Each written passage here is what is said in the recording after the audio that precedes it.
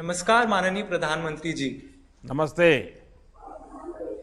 मेरा अंशित, नाम मुझे अंशित बताया बंसल। गया है कि आप लोग क्राइम हॉटस्पॉट मैपिंग और प्रिडिक्शन मॉडल बना रहे हैं। जरा यस समझाइए सर। भाई क्या है। तो सर मैं शिवनाथ यूनिवर्सिटी से हूँ और मैं टीम आइरिस को रिप्रेजेंट कर रहा हूँ। हमारी problem statement ministry of home affairs द्वारा दी गई है और उसका टाइटल है crime hotspot prediction and mapping. इस प्रॉब्लम से हम एक ऐसा टूल बनाने की कोशिश कर रहे हैं जिससे कि पुलिस ऑफिसर्स मैप पर ये देख पाएं कि कौन कौन से वो एरियाज हैं जहां पर क्राइम होने के चांसेस ज़्यादा हैं। इसको जान के पुलिस ऑफिसर्स बेटर अप्रोचेस ला पाएंगे जिससे कि वो इन क्राइम हॉटस्पॉट एरियाज पे क्राइम्स रिड्यूस कर पाएंगे।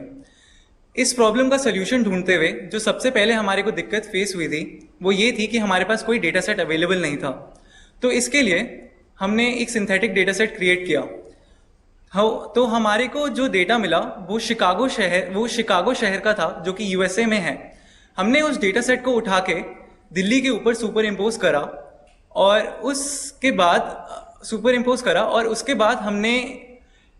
बाद हमने रिसर्च करी कि इंडिया में जो क्राइम डिस्ट्रीब्यूशन है उसका रेशियो क्या है। तो हमारे को नेशनल क्राइम रिकॉर्ड ब्यूरो की एक रिपोर्ट मिली थी जिसमें ये डिस्ट्रीब्यूशंस मेंशन थी। तो हमने 2019 की डिस्ट्रीब्यूशन फॉलो करते हुए अपने डेटा सेट में ये डिस्ट्रीब्यूशन फिट कर दी। ये डेटा सेट रेडी करने के बाद हमने डिफरेंट मॉडल्स एक्सप्लोर करे और फाइनली हमने देखा कि हम अनसुपरवाइज्ड मशीन लर्निंग एल्गोरिदम्स का प्रयोग करेंगे। हमने क्लस्टरिंग एल्गोरिदम्स का यूज़ करा।